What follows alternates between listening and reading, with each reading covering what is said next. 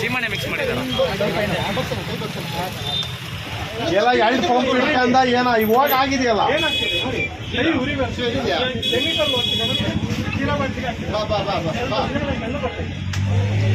ಸೀಮೆನ smell ಬರ್ತೈತೆ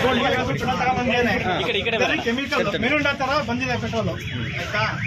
ಲಕ್ಷಾಂತರ ರೂಪಾಯಿ ಗಾಡಿ ತಗೊಂತೀವಿ, ಏನೇ ಪ್ರಾಬ್ಲಮ್ ಅಂದ್ರೆ ಯಾಕೆ ಕೊಡ್ತಾರೆ?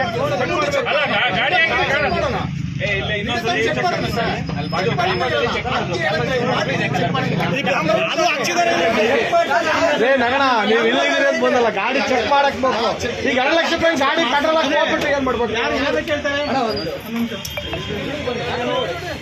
ಗಾಡಿ ಹಾಳಾದ್ಮೇಲೆ ನೀವು ಕೆಮಿಕಲ್ ಮಾಡಿ